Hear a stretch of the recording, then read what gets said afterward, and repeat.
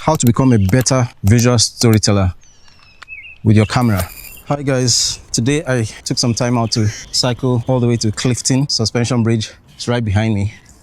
And I thought while I'm here, why not take the opportunity to share a little bit about how to become a better visual storyteller with your camera. So that means you're either a photographer or a videographer, and you've always asked yourself this question, like, I've heard about storytelling. I've heard about how storytelling is so important. Storytelling is, powerful. Gives you the ability to influence change and captivate hearts and build an audience. And so you want to learn how to tell stories better. And so I just have a few tips for you that I'm going to share very briefly while I'm out here at the Clifton Suspension Bridge. I don't have much time, so I'm going to keep it short. So the first thing is you should fall in love with the word story. Fall in love with storytelling. Study what it's all about, how stories are crafted, the impact of stories. To be a storyteller, to be an expert in storytelling, you have to at least study the subject matter, study the available knowledge. All right, so read up on stories, cast your mind back to great stories, either the ones you heard when you were growing up as a child, the ones you read in books, like Oliver Twist, Sound of Music, and all those movies. Which brings me to my next point. Another place to learn about storytelling is to watch movies, fall in love with movies. Google great movie stories. I'm sure you come up with so many movies out there. Some of the movies are even based on novels, like Lord of the Rings and The Hobbit and so on. The great thing about movies is that movies are visual stories. So they're stories made visual, which is perfect for learning about visual storytelling. Another thing you can do to improve your ability to be more visual is to watch music videos. Music videos, especially good ones, also have stories, they have messages. So you could watch movies, you could watch music videos. Now, the second tip I'll give is that you need to become an expert with whatever tool it is you're using to create visual stories. And in this case, we're talking about photography, cameras. You really want to be a good storyteller, you need to spend time with your camera, spend time studying about all the settings and all the different tweaks you can make, the manual settings, the auto controls. Try to learn everything about what your camera can do. Learn about lenses, learn about different shooting styles. You really want to be good at storytelling, learn how to handle your camera perfectly. Whether it's a phone you're using, whether it's an action camera or the Pocket 3, whatever it is, you need to be very, very good with learning how to handle your device.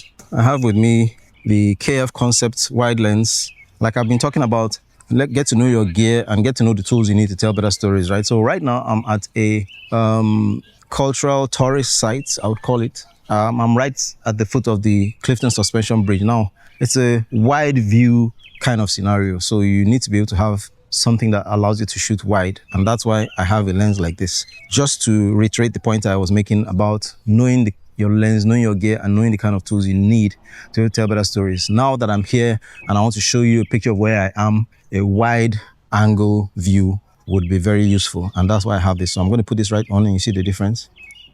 Yep. So without it, my head is basically touching the frame. But with this now, there's a little gap, and so it's better. Another tip, I think, is that you also need to learn about your audience. Who are you telling the story for? Or who are you telling the story to? Whose mind are you trying to capture or captivate?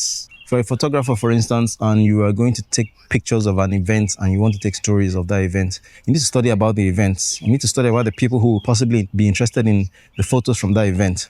If you're a documentary photographer and you're telling a story about a social issue, you need to study the social issue. You need to study the victims of that issue or the people who are suffering from that issue or affected by the issue.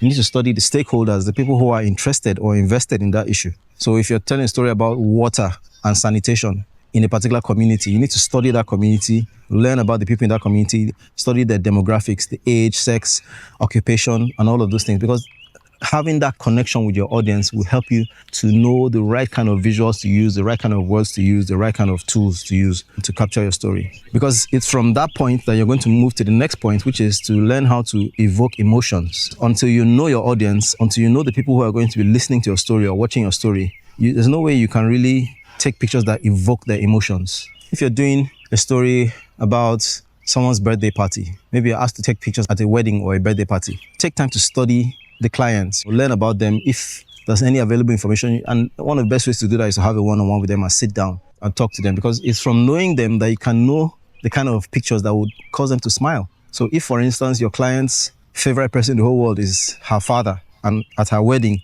You take beautiful, emotive pictures of our father. You've captured our heart. And if it's a love story, you want to capture the love between the couple, right? You need to find a way to ginger people's emotions. Find a way to make people laugh, smile, cry. And I think the last point I'm going to make is take time to review your story.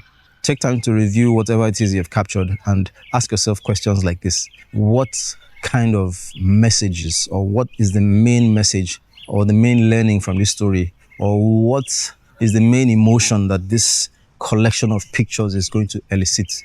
Or did I do a good job of capturing all the aspects of this event or all the aspects of this issue? If you're shooting video and making a documentary, look at all the footage and say, did I capture everything? This reminds me that before you even get to this point, when you're crafting your story, have a short list. Very important to have a short list.